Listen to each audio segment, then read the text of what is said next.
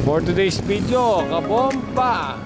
Ito na naman tayo at kalsada serye na naman at dala nating motor ay ang ating super stock na R15 version 2, no? So ang biyahe natin nasa gawing San Juan, Mexico na tayo at pupunta tayo na Mexico Town proper. At ito nga, no, Biyernes pa lang nagamit na natin siya dahil wala tayong kasamang back ride sa ating motor. So once a week lang natin siya nagamit at ito ngayon gagamitin natin Biyernes, Sabado at Linggo, no? Walwala na to. So ito nga, punta muna tayo sa ating pwesto at maghanap buhay. Pero may balak ako sa R15 ko, ito nga gagawin ko mamaya. So ang gagawin natin sa R15 natin tataas natin yung mga footrest. Yun nga, tagal ko nang binabalak gawin yan. Ito, nagawa ko na. At konting tempot na lang at magagawa natin yan, no?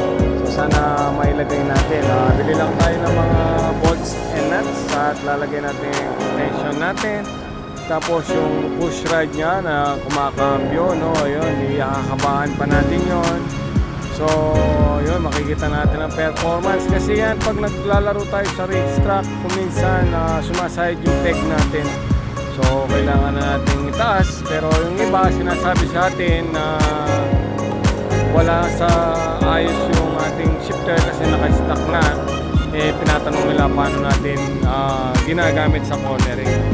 So nagagamit naman natin yan sa cornering, pero mas mainam talaga pag naka-racing type yung mga footrest natin. So gagawin natin yan at mamaya ayan ang project natin sa kanya, no?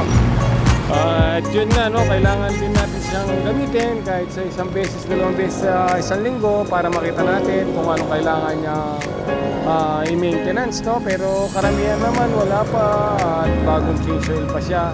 Ako kasi nagbabase ako sa pag-change oil every 1,000 kilometers at yung pinakamagandang langis na natin nilalagay na. As of now, gamit ko pong langis Pertua, pero maganda naman. Yun nga, wala pa rin tayong event, wala pa rin laro. Chill muna at hataw-hataw muna sa kalsada para na ma-break in or maibigay natin yung gusto ng ating motor sa ngayon, no? At siya nga rin po pala, napansin nyo, bago na rin po yung visor natin. Pinalitan po natin. Yan, naka-clear visor po tayo na bubble type.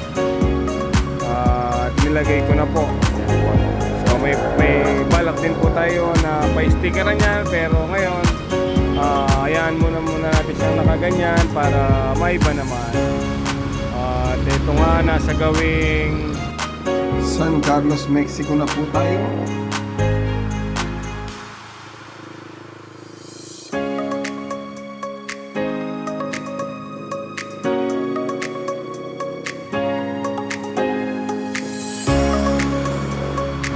So shoutout po pala sa mga nanonood sa atin sa ating YouTube channel, sa Javier TV. Magandang araw po sa ating lahat, viewers, subscribers, followers ni Sir Javier. Ayan po, kabomba on the road again.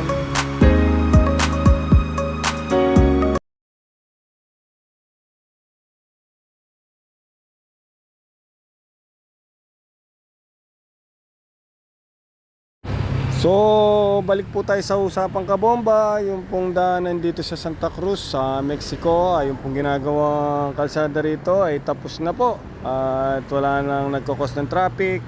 So ingat lang tayo paggabi kasi po yung dulo ng daanan sa gilid po medyo malalim po. Siguro mga higit sobra ng isang ruler po yung lalim.